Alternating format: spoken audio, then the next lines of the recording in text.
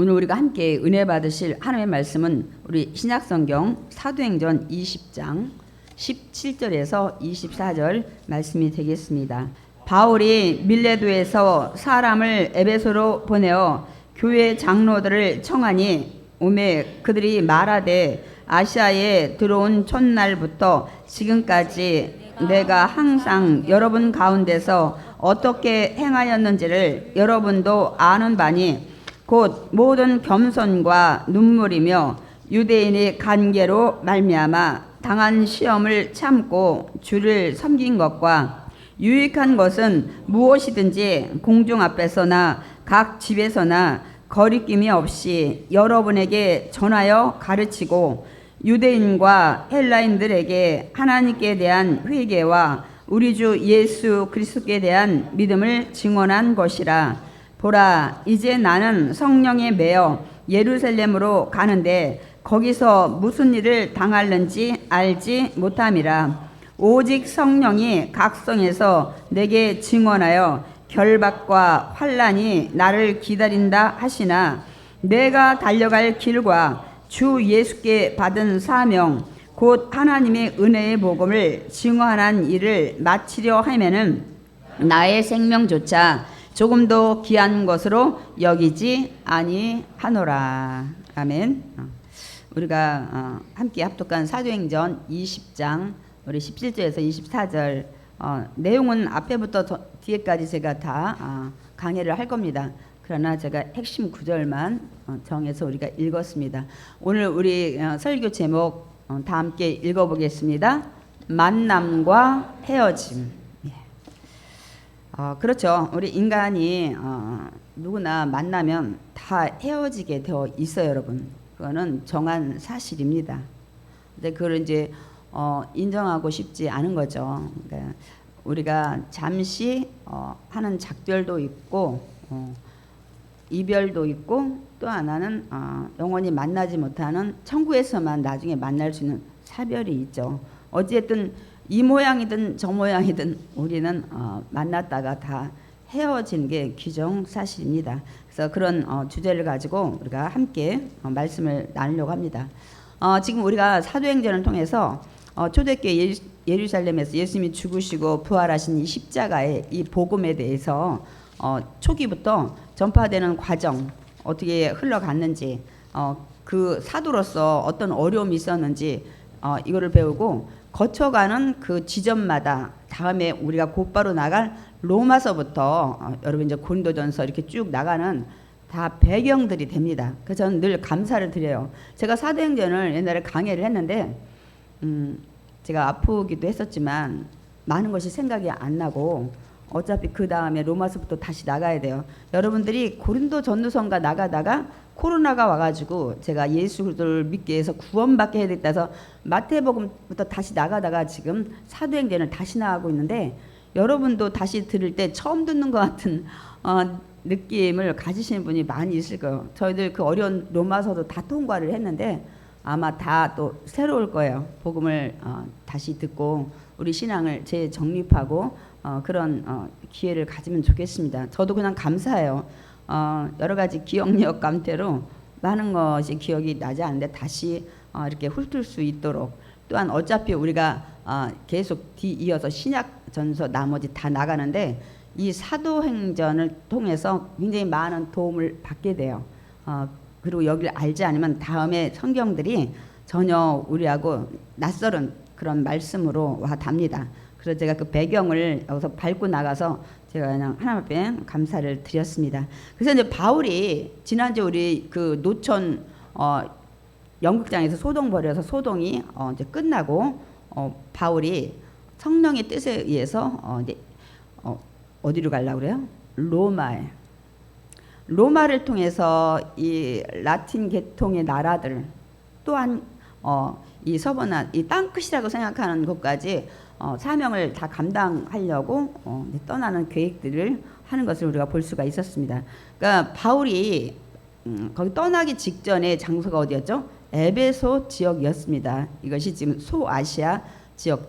지금 24년 명칭을 말하면 전체적으로 이렇게 얘기할 때 여러분이 잘 아는 터키, 튀르키예 지역입니다, 여러분. 그래서 그 에베소에서 보통 뭐 2년 3개월 얘기를 하는데 이제 근 3년이라고 또 이 누가는 20장에 기록을 하고 있습니다. 그런데 이제 3년 동안 가르친 말씀 중에 지난주 어떤 게 문제가 됐어요? 바울이 복음을 전하면서 또 여러 가지를 가르치는 말씀 중에 사람의 손으로 만든 것은 신이 아니다. 이 말씀이 문제가 됐죠. 제가 설교를 마치고 좀 부족한 부분이 있었구나. 사람이 만든 것은 신이 아니다라는 것도 옳지만 사람이 만들지 않은 갖가지 일월 성신, 해, 달, 별, 기타 많은 것들이 있죠. 사람이 손으로 만들지 않았지만 그것도 역시 신은 아니다. 하나님이 만드시는 창조물이다. 근데 그런 거를 섬기는 종교도 많이 있죠. 그래서 여러분한테 더 이게 풍성하게 제가 말씀을 좀 보태서 전합니다, 여러분. 그 사람이 손으로 만든 것이 이제 신이 아니다라는 것이 이제 문제가 된 이유는 그 말씀을 전한 에베소의 아데미 여신, 지난주에 사진 보여줬죠. 가슴이 빠르게 달린 그 여신을 섬기면서 그 아데미 신전이 고대 시대에는 7대 불가사의, 이게 뭐냐면 불가사의는 도저히 어떻게 그 시대에 저런 건물을 지었을까? 더 위대한 것을 사람이 지금처럼 뭐 부르도자나 뭐 여러 가지 기회가 있는 게 아님에도 불구하고 그것도 대부분 가면요 다 대리석이에요. 어떻게 그렇게 조각을 했고, 여러분 알다시피 대리석을 굉장히 많이 문지르지 않으면 기계로 매끈매끈하지 않습니다. 그리고 굉장히 높은 고가 사다리가 있지 않으면 올릴 수 없는 이제 뭐 우리가 성지순례 가보면 여러분이 알다시피 왜 어떤 무거운 거를 올리기 위해서 밑에 나무를 놓고 이때 누르면 이게 그 올라가고 이런 도르래 법칙 같은 게 있죠. 사실 그런 것들을 많이 이용을 했더라고요. 왜냐하면 우리가 그 성지순례 보면 막 이 기둥 위에다 이만한 돌을 올려놨는데 도저히 현대의 그런 과학적인 기술이 아니면 올릴 수 없는 것들을 해놓은 것들이 굉장히 많아서 저희도 의아했어요. 근데 그러면 수많은 사람이 죽었고 수많은 사람이 막 몇십 년씩 걸려서 그런 것들 일어났는데, 문제는 항상 우리가 막아야 되는 게 뭐야? 전쟁이잖아요. 전쟁이 일어나면 그것이 다 폐허가 되면서 일부분만 남아있는, 거기에 수많은 사람들이 죽었는데 그것이 전쟁이 나면 한순간에 다 잿더미나 사라져버리는 너무 안타까운 현실을 볼 수도 있습니다. 현재도 마찬가지예요. 여기에 원자탄이 떨어졌다. 우리가 히로시마에 2발이 떨어졌죠. 완전히 폐허가 되는 그것만 문제가 아니죠. 많은 원폭 피해자들이 생겨난 이런 것들. 근데 에베소에도 마찬가지예요. 그런데 제가 현재의 그 아데미 신전 그렇게 유명했던 7대 불가사의의 그런 것들을 제가 지금 현재 어떻게 되는지 지난주에 멀쩡했을 때의 사진과 지금 현재의 상황을 보여드렸습니다. 사람들이 그렇게 위대하게 굉장히 섬겼던 신전들이 다 무너지고 아무것도 아니란 사실 제가 말씀을 이제 드렸습니다, 여러분. 그래서 이런 일론에서 그 아데미 신전에 아데미 신과 아데미 신전의 모형을 만들어 팔던 그런 업자들이 장사가 안 되니까, 왜냐하면 자기들이 만들게 손으로 만든 건데 신이 아니라 그러니까 인기가 없어지니까 자기 생업에 지장이 있어서 소동을 벌였죠. 그래서 바울 대신 눈에 보이는 그냥 제자 둘 데리고 연극장에서 소란을 벌여서 나중에는 결국 서기관에 의해서 이제는 다 이게 안정이 됐습니다. 그 소동이 끝난 다음에 이제 바울은 성령의 뜻에 의해서 이제 다시 계획대로 로마로 가려고 이제 떠납니다. 근데 그 여정이 이 사도행전 20장에 이제 많이 기록되어 있어요. 이제부터 예루살렘까지 거쳐서 갈 때까지 굉장히 많은 지명이 나옵니다. 근데 여러분이 머리가 아파할 것 같아서 특별한 의미가 없어서 제가 의미는 있죠. 지도를 보여드리지 않아요. 더 머리가 복잡해집니다. 그래서 제가 말씀으로만 전할 겁니다. 그래서 로마로 떠날 계획을 이제 가지고 떠나는데 갑자기 거기 에베소에서 로마를 갈 수는 없잖아요. 그래서 이제 그 거쳐가는 거점들이 있습니다. 그래서 마게도냐를 다시 거쳐서 우리 저 위에 유럽의 꼭대기 마게도냐죠. 밑에는 뭐라 했어요? 아가야. 그래서 고린도, 헬라 이렇게 얘기를 했죠. 그래서 마게도냐를 거쳐가지고 헬라에 도착해서 3개월 동안 머물렀다고 하는데 이게 아마 겨울철이 돼서 거의 배 타고 움직여야 되는 그 당시였기 때문에 비행기가 있는 게 아니기 때문에 거기서 오래 머무른 이유가 그런 것이 아니었을까. 바다에 얼음이 얼든지 그런 배가 움직이지 않잖아요. 여기서 뭘 했냐면 지금 추정을 어떻게 하냐면 로마서, 우리가 곧바로 나갈 로마서를 여기서 3개월 동안 머물면서 이 겨울 동안 편지를 쓰지 않았을까. 그렇게 역사학자들이 추정을 합니다. 그런 것 굉장히 많아요. 겨울에 가지 못하고 또 집에 이게 감옥처럼 이게 있을 때 그럴 때 쓴 것들이 다 여기 서신서예요. 때로는 에베소서, 빌립보서, 골로새서, 빌레몬서는 감옥에서 쓴 겁니다. 뒤에 서신서에 그런 것들뿐만 아니라 안디옥에서도 갈라디아서 우리 나갈 거예요. 그걸 기록했고 고린도에서는 데살로니가 전후서를 기록했어요. 편지를. 그다음 아까 에베소에서도 이제 고린도 전후 더 쓰고 이게 거기에 또 헬라에서는 아까 제가 아가야 3개월 머무는 거기서는 로마서를 기록하고 또 로마에 잡혀가서 가택 연금을 당했을 때 거기서 에베소서, 빌립보서, 골로새서, 빌레몬서 기록했다고 아까 제가 그 얘기를 했죠. 감옥이라고 하는데 사실은 가택 연금 가둬놓고 꼼짝 못하게 하는 그거를 이제 그 기간 동안 이런 서신서, 우리가 나갈 서신서를 거기다 기록을 했어요. 바울이. 제가 지금 나열한 신약 성경 바로 뒤부터는 다 바울이 보낸 편지들이죠. 그래서 여기서는 로마서를 기록을 했지 않았을까 학자들이 추정을 합니다. 그 다음에 이제 겨울이 이제 풀린 것 같아요. 이제는 봄이 올 때 배를 타고 그 다음에 어디를 가려면 자기를 그 선교를 보냈던 수리 안디옥을 가려고 이제 출발을 하려고 합니다. 배를 타고 가야 되는데 그게 계획이 바깥으로 소문이 난 것 같아요. 그래가지고 예루살렘 거쳐서 가려고 했는데 그때 유대인들이 요번에 바울을 죽이자 배 타고 갈 때 그래서 항구에서 숨어서 어쨌든 뭐 바다에서 죽이든 그 음모를 짰다는 것을 바울이 알고 그 수리 안디옥 가는 걸 포기해 버려요. 그리고 이제는 다시 이제 어디로 가냐면 마게도냐로 다시 내려와요. 그 예루살렘으로 돌아가기로 작정을 합니다. 그러니까 마게도냐로 내려온 게 아니라 올라갔죠. 그리고 이제 같이 출발할 때 제가 지난주에 얘기했죠. 예루살렘 거쳐서 그 다음에 로마로 갑니다. 근데 나중에 보면 다 하나님의 뜻이에요. 가이사 앞에 갈 때 그가 먼 길을 혼자 갈 수는 없잖아요. 근데 항소를 했기 때문에 로마 병사들의 그 보호를 받으면서 어디까지 쉽게 가요? 로마까지 옮겨주는 하나님께서 그런 계획이 있어요. 우리는 고난이라고 했는데 고난 속에 하나님은 유익이 되게 하는 것들을 우리가 이제 사도행전 마지막에서 볼 수 있을 것입니다, 여러분. 그래서 다시 이제 마게도나로 갔다가 예루살렘 도로가 작정하고 그때 떠날 때 일행이 제가 앞에 부분을 읽지 않았는데 그 예루살렘이 흉년이라서 연금을 지금을 합니다. 헌금이죠. 굳이 헌금을 걷어가지고 이제 출발을 하는데 제가 앞에 읽지 않았지만 여기에 그 이름들이 나와 있어요. 20장 그 4절에 보면 베레 사람, 데살로니가 사람, 더베 사람, 아시아 사람 7명의 이름이 기록이 되어 있어요. 이 지역은 다 바울이 교회를 세웠던 복음 전도했던 곳에서 예루살렘 본교회가 어렵다고 해서 연금을 걷어서 이제 떠나고 이때부터 누가 다시 나타나냐면 이 기록자 누가 의사였던 누가도 함께 동행하는 걸 볼 수가 있습니다. 그래서 가는 여정에 이제 빌립보를 거치고 그 다음에 이제 다시 배 타고 드로아에 가서 이제 일주일을 머뭅니다. 오늘 여기 사건도 제가 그거를 읽지 않았어요. 여러분은 사도행전에 다른 거 기억 많이 안 해도 유두고가 창문에서 떨어졌다는 건 여러분이 기억을 많이 하실 거예요. 그곳이 지명이 드로아입니다. 드로아에서 일주일 머물고 이제 떠날 계획을 하는데 마지막 날 밤엔 내일 떠나서 두 번 다시 오지 않을 것 같잖아요. 밤새 강론을 해요. 하여튼 자기가 알고 싶은 거를 다 전하는 거예요, 바울이.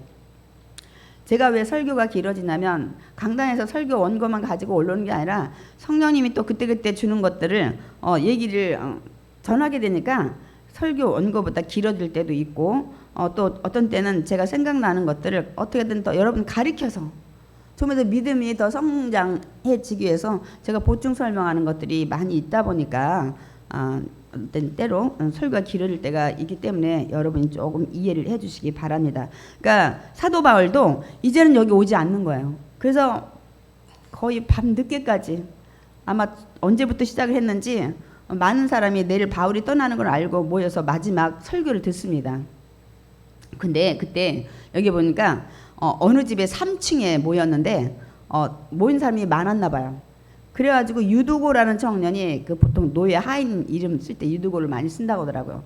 낮에는 젊은 사람이니까 청년이니까 일하고 왔는지 보면 자리가 없으니까 창문에 걸터 앉았다가 바울이 설교하는 게 길어져서 졸다가 3층에서 1층으로 떨어졌어요. 낙하를 했어요. 우리가 보통 그러면 뇌진탕 걸리든 뼈가 어떻게 되든 요번에도 어디 호텔에서 밑으로 떨어졌는데 그게 뭐죠? 받쳐서 사람 푹신푹신한 그것이 뒤집어져가지고 또 그게 문제가 많이 돼서 두 사람 뛰어내렸음에도 불구하고 돌아가시는 그런 또 어려운 일들이 생겼죠. 어쨌든 이 누구는 그냥 맨바닥에 떨어졌어요. 3층에서. 살았을까요? 죽었을까요? 여러분? 제 생각에는 살아도 어디가 부러졌을 것 같아. 3층 높이에 떨어졌으면 졸다가 죽었어요. 왜냐하면 이게 누가가 기록했잖아요. 사도행전 누가가 의사예요. 의사였으니까 아마 바울하고 동행했기 때문에 같이 내려가서 얼른 진찰을 했을 거야. 심장을. 죽었다고 결정을 내렸는데 사람들이 다 놀래죠. 더더군다나 어떤 부흥이나 뭐가 있을 때 누가 죽었다고 해보세요. 바울이 1층에 얼른 뛰어내려가서 기도를 간절히 하죠. 그 몸 위에 이렇게 덮었다고 얘기하죠. 우리가 구약에 보면 엘리야도 그렇고 엘리사도 사르밧 과부 수넴 여인 아들들 죽었을 때도 하나님의 능력 가운데 살리게 하는 그 능력을 사도 바울에게 주십니다. 그래서 그 청년이 살아납니다. 그렇게 해서 사람들이 많은 위로받고 이제 바울은 또 들어와서 이제 드디어 마지막 성찬을 하고 떠나는 것을 볼 수가 있습니다. 그래서 그 드로아에서 다시 이제 출발해서 여기에 지명을 제가 그 지도를 안 보여준다는 이유가 아소를 거쳐 기호를 거쳐 뭐 사모를 뭐 그래가지고 밀레도 도착하네. 이게 다 섬들이에요. 배를 타고 가면서 그걸 다 이제 지나가면서 밀레도라는 데를 이제 도착을 합니다. 이제 밀레도가 지금 처음에 출발한 에베소에서 가깝다고 하는데 그때 가깝다면 50km나 100km예요. 50km면 제가 기억하는 거리는 김포 이런 데 한 50km 되더라고요. 용인도 용인 나름이면 한 50km. 그 당시에는 뭐 그게 짧다고 하는데 그 정도 거리를 걸어 다니는 거예요. 근데 에베소가 밀레도에서 가까운데 그래서 이제는 바울은 내가 두 번 다시 에베소에도 이제 오지 않을 것을 알고 만나기 원했지만 에베소에서 얼마나 오래 있었어요. 많은 사람이 있었잖아. 아는 사람이. 가면 또 붙잡히면 예루살렘에 그 오순절 날 도착을 못할 것 같아서 아예 그 장로들 지금으로 말하면 목회자들만 지도자들만 초청을 해요. 사람을 보내서 차라리 너희들이 와라. 그래서 에베소에서 장로들이 이 밀레도에 있는 바울을 만나러 오게 됩니다. 그래서 이제 도착한 다음에 바울이 두 번 다시 에베소에 오지 않을 것을 본인은 알고 있기 때문에 마지막 고별 설교를 합니다. 오늘 내용이 읽은 게 그 내용이에요. 마지막 이제는 이별하면서 하는 설교입니다. 뭐 성경에 그 마지막 고별 설교 많이 있어요. 야곱이 한 거, 여호수아가 한 거, 모세가 한 것도 있고 사무엘도 있고 많이 있습니다. 이 구약에 보면 근데 이들의 고별 설교는 정말 죽기 직전에 많이 합니다. 어쨌든 바울은 아직 죽기 직전은 아니지만 두 번 다시 오지 않고 자기가 갈 계획을 가야 되기 때문에 설교를 합니다. 그래서 이들이 왔을 때 이제 제가 설교 내용이 긴데 좀 세 가지만 축약을 했어요. 자신이 그동안 여기서 했던 사역에 대해서 얘기를 하고 두 번째는 자신이 앞날에 이제 어떻게 될 거를 에베소의 그 장로들한테 얘기를 합니다. 그 다음에 자신이 떠난 후에 에베소에서 어떤 일들이 일어날 것을 알고 당부를 하는 내용으로 기록이 되어 있습니다. 그래서 먼저 이제 그 에베소에서 온 장로들에게 이제 자신이 걸어왔던 사역에 대해서 얘기를 합니다. 그래서 시작을 보면 우리가 17절부터 그 이제 얘기를 하죠. 아시아에서 들어온 날부터 내가 어떻게 사역들을 해왔는지 얘기를 합니다. 그러니까 뭐라면 나는 유대인들의 간계, 계략 이런 음모로 인해서 정말 시험을 많이 당했다. 근데 여기부터 이제 그 사도 바울이 얼마나 힘들었는지를 그 앞에는 기록이 되어 있질 않아요. 뭐 신라와 같이 감옥에 있을 때도 찬양했다 이런 것만 되는데 이제 자신의 힘든 부분을 얘기합니다. 뭐라 하냐면 모든 겸손과 눈물로 그 시험을 이겼대요. 바울이 울었다는 얘기를 지금까지 우리 한 번도 들어보지 않았지만 얼마나 힘든지, 우리가 이제 고린도후서 11장에 가면 얼마나 사도 바울이 힘든 여정 속에 이제 사역을 마치게 되는 것들을 우리가 알 수가 있습니다. 근데 여기서는 이제 내가 정말 그래도 참고 눈물로 참고 그래도 하나님을 섬겼다 하고 에베소 장로들에게 얘기를 합니다. 그래서 제가 이제 몇 가지를 찾아봤더니 뭐 데살로니가에서도 다 누구 때문에? 유대인 때문에 불량배 불러가지고 막 야손 형제 막 데려가가지고 뭐 저가는 것들. 베레아에서도 데살로니가에서 출장까지 왔어요. 먼 베레아까지 그렇게 하고 뭐 고린도도 역시 마찬가지고 뭐 비방하다 안 되니까 갈료 총독이 신임했을 때 가서 고소하는 거 우리 다 설교 들었죠. 뭐 여기 에베소에서는 좀 전에 말씀드렸던 영국에서 막 이런 소동 일어났고 뭐 더구나 이고니오라는 곳에서는 돌로 쳐 죽어가지고 성 밖에 던졌는데 하나님 또 바울을 살리셨잖아. 이런 어려움 속에서 달려온 길 여정을 얘기를 지금 합니다. 그런데 여러분 그러면서 그렇지만 나는 여러분이 유익하다는 것은 무엇이든지 공적인 장소나 개인 신방 각 집에서나 사람이 적게 모였든 많이 모였든 다 전했다는 거예요. 저는 이 바울의 고백에 늘 죄를 짓는 것 같아요. 제가 주중에 한번 말씀드렸죠. 다 전해야 돼. 여러분이 듣기 싫어하든 시험이 들든 안 들든. 그러나 작은 교회를 하다 보니까 많지 않은 성도가 또 이 얘기를 아멘 목사님 그러네요. 제가 부족했네요. 제가 더 기도할게요. 이러면 좋은데 시험이 들은. 그래서 그 많지 않은 성도도 떠나지 않나 이런 염려 때문에 때로는 전하지 못하고 간접적으로 전하고. 그래서 내가 하나님한테 막 그거에 대해서 죄책감이 많이 느껴졌다고 제가 여러분한테 말씀을 드렸죠. 다 전해야 돼요. 성도가 3명이든 5명이든. 제가 그런 분 죄종 제가 존경한다고 말씀을 드렸습니다. 근데 바울이 다 전했다는 거예요. 하나도 빠짐없이 어디서나. 그리고 이제 기본적인 골자는 유대인이나 헬라인한테 하나님에 대한 회개를 해야 된다. 너희는 먼저 회개를 해야 된다. 여러분 회개 없이 구원은 없습니다. 제 땅이기 때문에 먼저 나는 죄인입니다부터 고백해야 돼요. 그 다음에 주 예수 그리스도가 구원자라는 사실을 믿게 하는 이것이 복음의 골자입니다. 그래서 제가 이 얘기를 하는 거예요. 많은 분들이 새신자 왔을 때 제가 영접기도 할게요. 따라하세요. 그러는데 나는 죄인입니다부터 시작하는데 나는 어디서 와서 왜 살며 우리가 보통 멘트가 그렇게 나갑니다. 아니 나는 죄인입니다 따라서 하는데 그 사람이 자기가 왜 죄인이냐고 생각할 거 아니에요. 왜 죄인인지 들어본 적이 없어. 난 죄진 거 없는데요. 근데 우리는 원죄를 가지고 있는 이 아담과 하와의 선악과 사건부터 공부하지 않으면.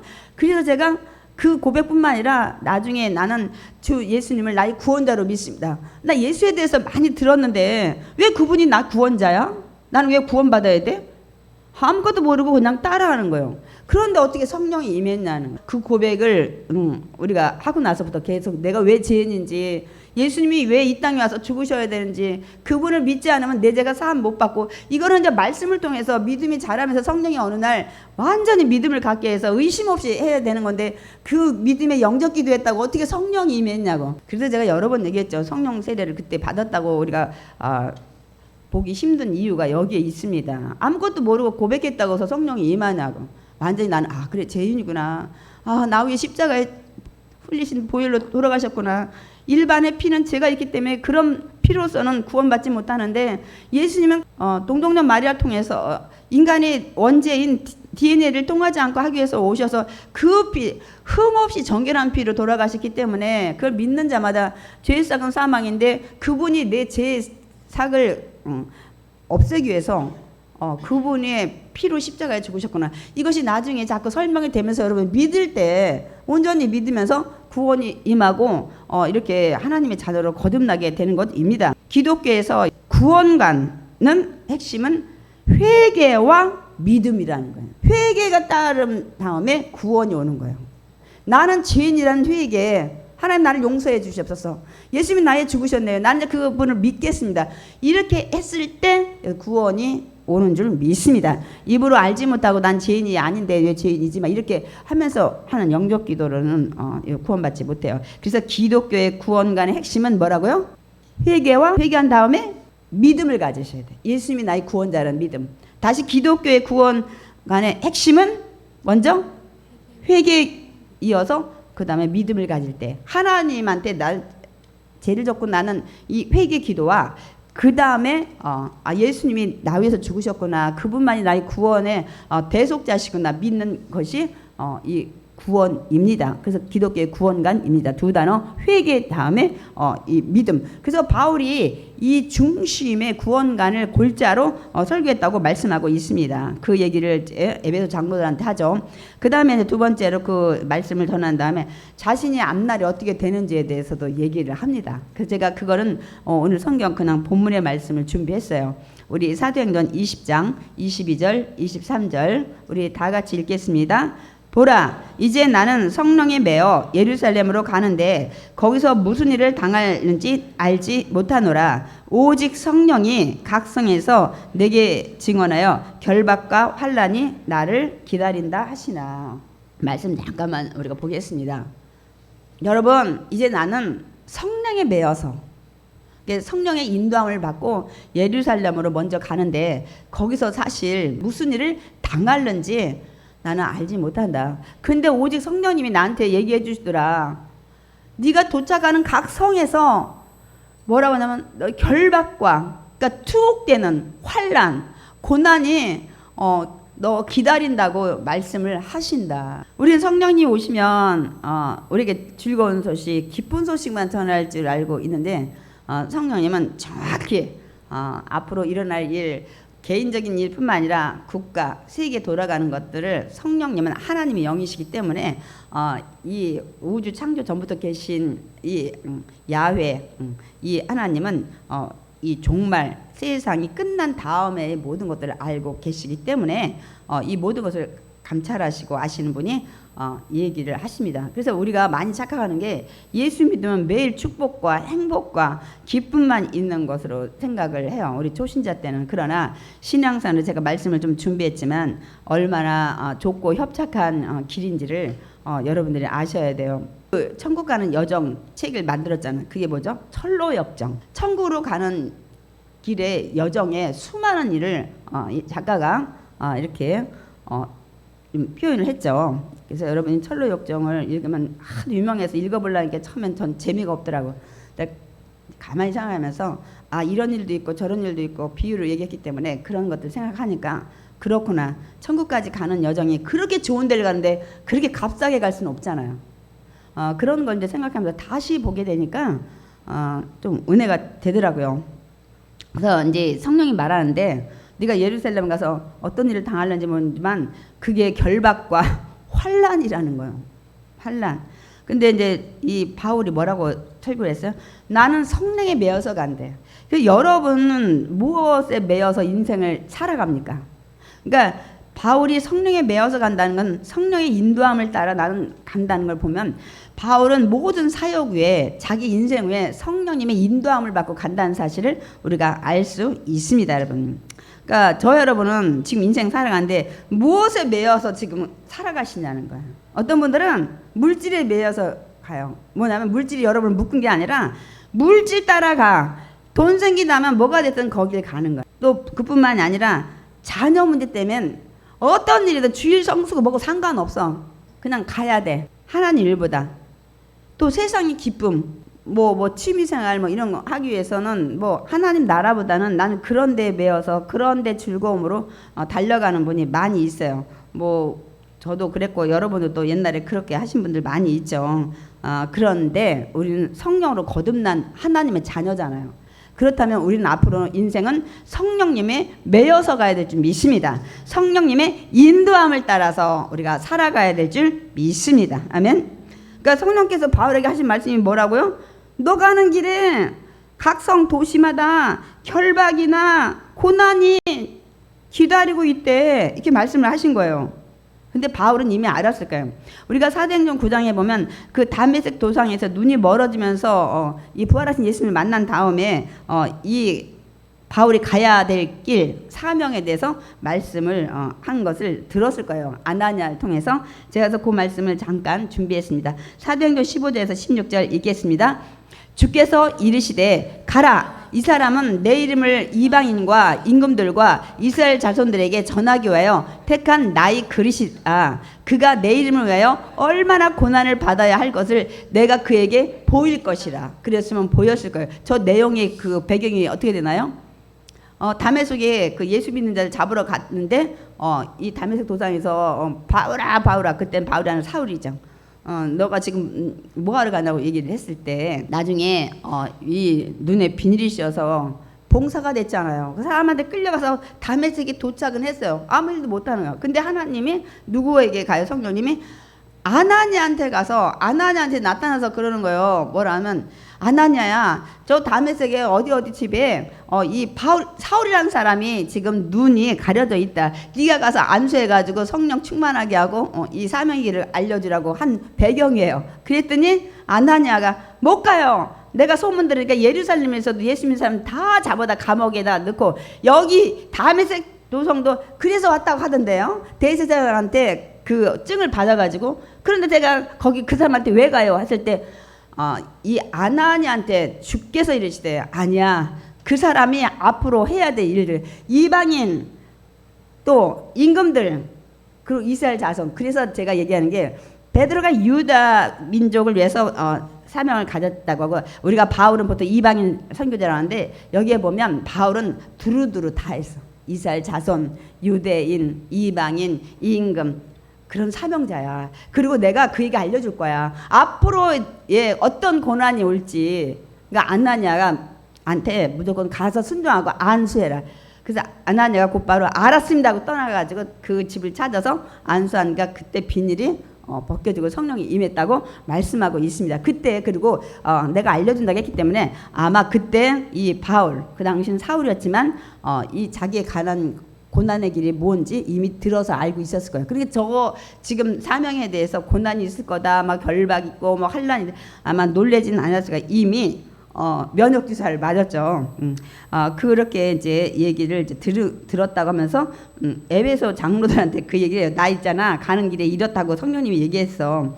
이렇게. 그러니까 만약에 성령님이 저와 여러분에게 야, 너 있잖아, 내 이름을 위해서 앞으로 고난 많이 받아야 돼. 그리고 너희 앞날에 가는 길에 너 감옥이나 너 고난 기다리고 있어 라고 여러분이 그 얘기를 바울처럼 들었다면 여러분은 그래도 그 길을 가시겠습니까? 아멘하기 쉽지 않죠. 저도 아멘하기 쉽지 않아요. 내 뒤에 가는 길은 세 가지를 준비했죠. 죽음, 이사, 설교. 많이 들었지만 그제 죽음과 이런 것들에 대해서 아직 믿음이 연약합니다. 아니면 여러분이 너희 가는 길이 이렇다 했을 때 여러분 피해 가시겠어요? 아니면 아예 그 얘기 딱 했을 때 성령님, 하나님 난 못 가요, 나는 감당 못해요 할 수도 있어요. 있죠. 전 충분히 이해가 간다고 생각해요. 왜냐면 우리 인간은 내가 가는 길이 행복해야 돼, 축복의 길이어야 되고 성공의 길이어야 되고 즐거운 길일 때 우리는, 여러분에게 확신하면 그 길을 누가 말려도 가요. 누가 말려도. 근데 지금 가는 길이 너는 고난이야, 난 좀 있으면 감옥에, 난 투옥돼, 막 이런 얘기를 들었는데 그 길 가라 할 때 여러분이 예스, 아멘 하고 갈 사람이 과연 몇 명이 있냐는 거예요. 근데 바울은 지금 이 얘기 들었어요. 어떻게 대답을 할까요? 우리가 그럼 살펴보려고 합니다. 자신이 가야 될 길이 고난의 길이라는 것을 성령님이 다시 말씀을 해주신 거죠. 우리 사도행전 20장 24절 바울이 뭐라고 하는지 보겠습니다. 읽겠습니다. 내가 달려갈 길과 주 예수께 받은 사명 곧 하나님의 은혜의 복음을 증언하는 일을 마치려 하면은 나의 생명조차 조금도 귀한 것으로 여기지 아니하노라. 그래서 바울이 유명한가 봐요. 우리 존경하나 봐요. 우리 잠깐 보게. 내가 달려갈 길, 하나님이 내가 가야 될 인생의 여정 길, 그리고 주 예수께 받은 사명, 아까 얘기했죠. 너는 유대인과 이방인과 뭐 임금들 이런 것들, 이스라엘 백성 자손들 이 전해야 된다는 사명, 곧 하나님의 은혜의 복음, 예수님이 구원자고 그래서 너희는 하나님 죄인이기 때문에 회개하고 이런 복음을 증언하는 일을 마치려 하면은, 마칠 때까지는 주신 사명을 나는 내 생명조차 난 내놓을 수 있다는 거야. 조금도 귀한 것으로 아까워하지 않고 죽음을 두려워하지 않고 나는 그렇게 여긴다고 이 고백을 한 거예요. 여러분, 사도 바울에 대해서 다시 여러분 우리가 봐야 되지 않을까요? 물론 목사님 사도니까 그렇죠. 이렇게 또 얘기할 수 있는데, 저와 여러분은 사도는 될 수 없지만 제자입니다. 지금은 사도가 없죠. 부활을 목격하고 그 당시에 2000년 전에 만난 근데 같은 사명을 우리에도 줬어요. 여러분, 우리가 마태복음 28장도 그렇고 그러니까 뭐냐면 내가 달려갈 길을 가는 것과 예수께 받은 사명, 이거를 마치기 위해서는 생명자 귀한 것을 여기지 않는다고 말해요. 근데 많은 사람들이 생명을 얼마나 존귀하게 생각을 합니까? 여러분, 중요하게 생각하잖아요. 여러분, 안 중요하게 생각하나요? 제가 관점을 두 개로 나눴어요. 인간적인 관점에서 우리 생명을 바라볼 때 사람들은 인간적인 육신으로 바라볼 때 가장 귀한 것을 생명으로 쳐요. 최고의 가치의 생명을 딱 둡니다. 왜? 죽느냐 사느냐, 내 생명이. 또 아프냐 안 아프냐, 그리고 짧게 사느냐 길게 사느냐, 이게 다 생명하고 연결된 거예요. 그래서 이런 생활에서 좋은 것만, 안 아프고 계속 살고 건강하고 장수하기 위해서 음식, 뭐 운동, 뭐 보약 얼마나 신경을 씁니까? 그러면 관점을 인간적인 육신의 관점 말고 영적인 관점, 신앙적인 관점에서도 볼 수가 봐야 돼요. 왜? 영혼이라는 게 있기 때문에, 육신만 있는 게 아니라서. 그러면 여러분, 그러면 신앙적인 관점에서는 뭘 최고의 가치로 둬야 돼? 기준을? 영적인 거예요? 영생, 구원받아서 천국 가는 데에다가 최고의 가치를 둬야 돼. 우리가 생명이 있지만, 육신으로 생명을 가지고 있지만 영적인 생명, 영생하는 데도 여러분 관점을 가장 둬야 돼요, 여러분. 그래서 우리가 천국 가느냐 지옥 가느냐, 근데 이분들이 예수 믿고 왜 이거에 관심을 안 두는지 모르겠어요. 우리가 장례 날 땐 생각해요. 그분이 예수 믿고 갔나? 천국 갔을까? 요때는 여러분 조금 생각하는데 안 하셔. 이거 중요한 얘기입니다. 여러분이 믿음 생활 왜 하세요? 이 땅에서 지금 사는 동안 80, 100세 잘 살기 위해서 예수 믿는다? 이건 기복주의입니다, 여러분. 그러니까 믿음과 말씀으로 어떻게 예수님 믿고 말씀에 순종하며 사는 거예요, 여러분. 집중을 우리가 신경을 써야 돼요. 아까 육신을 할 때는 막 보약에다가 뭐 건강식에다 막 운동에다가 막 이런 거 썼지만, 그래서 우리가 그거를 갖다가 이제 실천하는 게 예배, 막 말씀, 뭐 기도, 헌신, 구제, 막 이렇게 이제 갖가지로 나눌 수가 있죠. 여러분, 뭐가 더 소중해요? 인간적인 관점과 신앙적인 관점에서? 그건 제가 좀 이따 물어볼게요. 두 개 다 중요해요. 건강도 중요해. 제가 많이 이렇게 막 수술하고 아파 보니까 영적으로 다운이 돼서 안 돼. 그러니까 여러분이 건강도 챙기셔야 돼요. 둘 다 소중해요. 둘 다 잘 지켜야 합니다. 아멘. 그런데 만약에 하나님이 야, 너 인간적인 관점에서 생명 볼 거야, 신앙적인 관점에서 볼 거야, 이거 물으신다면, 하나만 선택하라면 신앙적인 관점에다가 여러분이 우선순위를 두어야 합니다. 아유, 목사님, 그건 너무 그렇잖아요. 이기적이잖아요. 아니에요. 왜 그러냐면 이유가 이겁니다. 이 세상에 사는 거는 뭐 80, 100세 산다고 해요. 제가 금요일날 철회 때 너무 놀랬잖아요.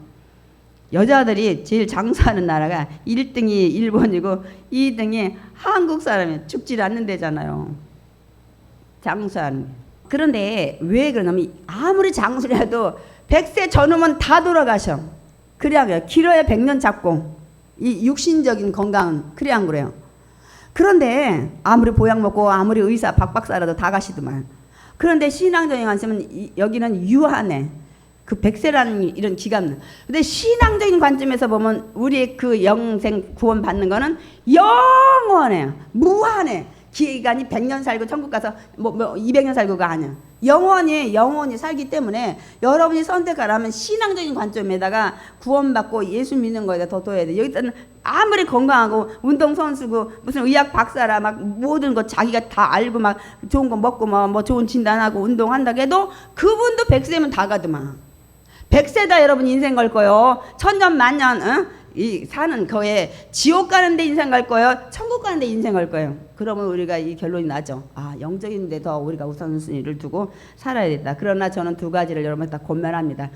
육신도 강건해야 돼. 주님 부르시는 날까지. 그래야 여러분이 믿음 안에서 우리가 더 영적으로 충만할 줄 믿습니다. 아멘. 제가 그리고 이제 믿음의 길이니까 우리가 생각하는 것처럼 여러분 결코 쉬운 길이 아니에요. 근데 다 쉽다고 생각해. 예수 믿으면 다 축복의 길만 무슨 막 비단길이 열린 것처럼 생각하는데 제가 그걸 말씀을 통해서 여러분이 들으면 그렇지 않아요. 매일 그냥 막 좋습니다, 막 어쩌습니다 이걸 많이 들어가지고 우리가 고난이라는 건 믿음하고 여러분 비교를 안 하셔. 거의 이 믿음 사람들이 왜 힘드냐면 마귀란 놈 때문에 그래요. 마귀가 시험 주지, 물질이 어려움 주지, 질병 주지, 가난 주지, 인간 관계에 어떤 뭐 주지 막 이래가지고 우리가 넘어지고 실족하고 시험 들고 막 질병 들고 막 가난하고 막 그도 하나님을 떠나잖아. 그래서 히브리서에 왜 뭐라 했어요? 너 뒤로 물러가는데 내가 안 기뻐한다. 어떤 고난이 와도 그냥 전진하라고 말씀하고 있습니다. 그렇기 때문에 천국 가는 길이 결코 이렇게 뭐 비단길, 꽃길만 있는 게 아니에요. 그 얘기를 예수님이 하셨어요. 우리 마태복음 7장 13절, 14절 읽겠습니다. 좁은 문으로 들어가라. 멸망으로 지옥 가는 인도하는 문은 크고 그 길이 넓어 그리로 들어가는 자가 많고 생명으로 천국 가는 인도하는 그 구원의 문은 좁고 길이 협착하여 찾는 자가 적음이라. 좁고 협착 다 같은 길이에요. 좁고 막 협착해. 막 계곡 갈 때 협착이 막 낭떠러 있는 것 같고 막 누가 막 사자고 쫓아. 이렇게 여러분 천국 가는 길이 이렇습니다. 막 넓고 막 다 갈 수 있고 그러면 누구나 다 천국 가죠. 근데 예수님이 직접 너들 천국 가는 길이 영생하는 길이 이래 하고 예수님이 말씀을 하셨습니다. 그러니까 이제 바울은 여기까지 얘기 다 끝나요. 앞날에 대한 말씀 마친 후에 이제는 에베소에다 두 번 다시 못 와 이 얘기를 합니다. 25절에 준비 안 됐을 거예요. 이제는 여러분이 다 내 얼굴을 다시 보지 못할 줄 아노라. 그러면서 이어서 바울은 또 이 얘기를 여러분 가운데 누가 멸망한다 해도 지옥 간다 해도 이제 내 책임 아닙니다. 그래요. 왜 내 책임이 아니라고 했을까요? 이유는 나는 여러분한테 충분히 하나님 나라가 어떻고 하나님의 뜻이 계획이 어떤지 내가 한 개도 안 빼고 다 전했기 때문입니다. 그래서 그들의 그 생명의 핏값은 나는 이제 책임이 없습니다. 근데 이거에 대해서 이사야도 얘기했고 에스겔도 얘기했고 여기저기서 많이 얘기해요. 만약에 전도했으면 그 사람이 지옥 가도 난 내 손에 핏값을 안 찾겠다죠. 그 사람이 믿든지 말든지 전해야 돼. 일단은 오늘 이 얘기를 바울도 하는 거예요. 그래서 여러분 믿지 않는 건 복음 들었는데 믿지 않는 건 자기 책임이야. 지옥 가도 내가 복음 전했을 때 선택을 안 하면. 그 다음에 이제 앞날에 대한 에베소 교회에 대한 당부를 합니다. 이 에베소 장로들에게 여러분은 지금 감독자로 지금 말하는 목회자로 장로로 세웠는데 성령님이 세웠다. 하나님이 핏값으로 세운 교회를 잘 치리하라고 세웠다. 그 얘기를 먼저 찝어줍니다. 그러니까 여러분 자신도 그리고 성도들 양떼들도 잘 돌봐라 이 얘기를. 왜냐하면 예배소 장로들이 우리가 뒤에 보면 감독자라고도 나오고 지금으로 말하면 목회자입니다. 이유는 그러면서 이유까지 얘기해요. 있잖아. 왜 그런지 아냐? 나 여기서 이제 떠난 후에 있잖아. 거짓 선생들 여기에 보면 뭐라고 했어요? 사나운 이리가 올 거라는 거야. 그러니까 쓸데없는 소리 가지고 와가지고 여러분을 혼란케 하고 양떼 다 흩어지게 하는 자가 올 뿐만이 아니라 또 하나는 지금 여기 에베소의 장로들이 모였는데 내가 장담한다. 이 중에 누군가 배반하고 제자들을 다 자기 편에 보려고 어그러진 말 잘못된 이런 진리를 전할 것이다. 그러면서 바울이 나는 다 알고 있다. 그거를 우리가 나중에 디모데전서 디모데한테 얘기해요. 디모데한테 얘기를 하는데 뭐라고 하냐면 이렇게 나와 있어요. 디모데전서 1장에 믿음과 착한 양심을 가지라. 어떤 이들은 이 양심을 버렸고 그 믿음에 관하여는 파선하였느니라. 그 다음에 디모데전서 4장에도 성령이 밝히 말씀을 하시는데 후일에 어떤 사람들이 믿음에서 떠나 미혹하는 영과 귀신의 가르침을 받을 것이라고 디모데한테 얘기를 해요. 우리가 이제 나중에 서신서 가면 이런 얘기 많이 해요. 떠난 거 알아요. 나중에 이럴 거야 디모데야 하고 얘기를 합니다. 그래서 우리가 성경에 보면 제가 디모데 나중에 나갈 때 얘기할 건데 후메네오 알렉산더 내가 사탄한테 내줬다. 그러면 출교시켜서 너희들 혼란케 할까봐. 그 다음에 바울이 이제 로마에서 감옥에 갇히니까 또 배신자가 있어요. 배반자들이 있어요. 뭐라는 부겔로, 허모게네, 빌레도 이런 사람들이 예수를 떠나요. 있어요. 목사님은 감옥에 갇히고 뭐한 일 있으면 예수 안 믿는다고 떠나는 사람이 있는데 이게 나중에 우리 뒤에 서신서에 다 우리가 알게 됩니다. 그러니까 이제 이러는 거예요. 그러니까 내가 여기 와서 3년 반 동안 잠도 안 자고 눈물로 여러분 섬기면서 전하지 않았냐. 그것만 기억해라. 그 내가 전하는 하나님과 내가 은혜의 복음 이 말씀 부탁한 거 이것만 꽉 쥐고 있어라. 그것이 여러분을 믿음에 든든히 세울 것이고 또 예수 믿는 자를 천국까지 가는 기업을 얻게 하는 것이고 오직 뭐라고요? 하나님 믿는 거, 말씀 붙잡는 거. 이거 붙잡으면 여러분도 넘어지지 않고 성도들도 넘어지지 않을 것이다. 여러분도 이걸 가지고 가야 천국까지 좁은 그 길을 갑니다. 아멘이십니까? 하나님을 믿는 것과 그 다음에 뭐라고요? 말씀을 순종하면서 사는 거예요. 제가 오늘부터 오후에는 요한복음 나갈 거예요. 여러분이 나는 예수님이 하나님이지 못 믿어진다는 분은 요한복음 반드시 들으셔야 돼요. 이 믿음 없으면 여러분 천국 못 가요. 예수님은 하나님이십니다. 요한복음 10장 30절에 나는 하나님이시니라. 그 믿음이 아직 없다면 여러분 요한복음 오늘부터 나가는데 얘네들 나갔는데 정말 다시 여러분이 좀 듣고 은혜를 받아야 될지 믿습니다. 그러면서 바울이 뭐라고 하냐면 나 마지막 부탁하는데 너희도 봤지? 내가 은이나 금이나 의복이나 이런 거 탐하는 거 봤니? 나는 이제는 천박장사에서 나왔을 것도 내가 다 보충했고 나와 같이 다니는 동행자들까지 쓰는 것도 다 했어. 이렇게 내가 본을 보였으니까 너희들도 좀 수고해서 약한 자들 좀 돌봐라. 나누어줘라 하면서 이 얘기를 예수님이 말씀하셨다. 근데 이게 정확히 이렇게는 없어요. 뭐냐면 주는 것이 받는 것보다 복이 있다. 여러분 어떻게 생각해요? 주는 것이 복이 있어요? 받는 것이 복이 있어요? 말씀들은 그렇게 하시지. 그럼 많이 드리세요. 저는 이제 그걸 조금 느껴요. 처음에는 뭐 받는 게 복이 더 있지 어떻게 계속 주냐. 근데 이거는 이제 마음이에요. 내가 주고 싶은 마음에 주면요. 선물 받는 것보다 드렸을 때 아 저분이 너무 기뻐하겠다 이러면서 여러분이 그걸 느끼는 거예요. 근데 이 얘기를 근본적으로 찾다면 누가복음 6장 38절이에요. 우리 11조 봉투에 많이 돼 있는데 읽겠습니다. 주라 그리하면 너에게 줄 것이니 곧 후히 되어 누르고 흔들어 넘치도록 하여 너에게 안겨주리라. 너희가 헤아리는 그 헤아림으로 너희도 헤아림을 도로 받을 것이니라. 뭐냐면 예수님이 줘. 그러면 내가 너한테 다시 네가 준 만큼 예를 금액으로 말하면 예를 들어서 100만 원 줬다. 그러면 내가 너한테 주는데 그때는 100만 원이 아니라 100만 원에다 누르고 흔들어 넘치도록. 조용기 목사님 항상 하시던 말씀이야. 내가 도로 너한테 다른 부분에서 물질이 됐든 건강이 됐든 네가 줘봐라. 내가 줄 것이다. 이게 예수님 하신 말씀이야. 그러니까 반드시 보상이 있는데 그러니까 주는 게 더 복이 있지. 아니 100만 원 줬는데 1000만 원 뭐 2000만 원 온다면 안 그렇습니까? 좀 세상적인 논리로 얘기해서 조금 주님한테 죄송하네요. 그래서 이제 말씀을 바울이 마칩니다. 그리고 에베소 장로들하고 무릎 꿇고 기도를 해요. 그런데 이 에베소 장로들이 얼마나 슬프냐면 아까 난 다시는 여기 안 올 거야. 너들 못 볼 거라고 얘기했잖아요. 그러니까 막 슬프니까 바울의 목을 막 다 한 사람씩 와서 안고 울고 그 다음에 바울이 이 밀레도에서 떠나는 그 항구까지 쫓아가서 배웅을 하는 것을 볼 수가 있습니다. 이런 여정을 통해서 우리가 많은 것을 깨닫게 돼요. 그리고 우리도 만나면 헤어지는데 항상 가족이 됐든 누가 됐든 믿음 안에서 샬롬 평안할 수 있도록 여러분이 마지막 육신의 삶을 떠날 때도 자녀들한테 부탁할 말이 믿음 안에서 신앙생활 잘해라 이 얘기를 하시기 바랍니다.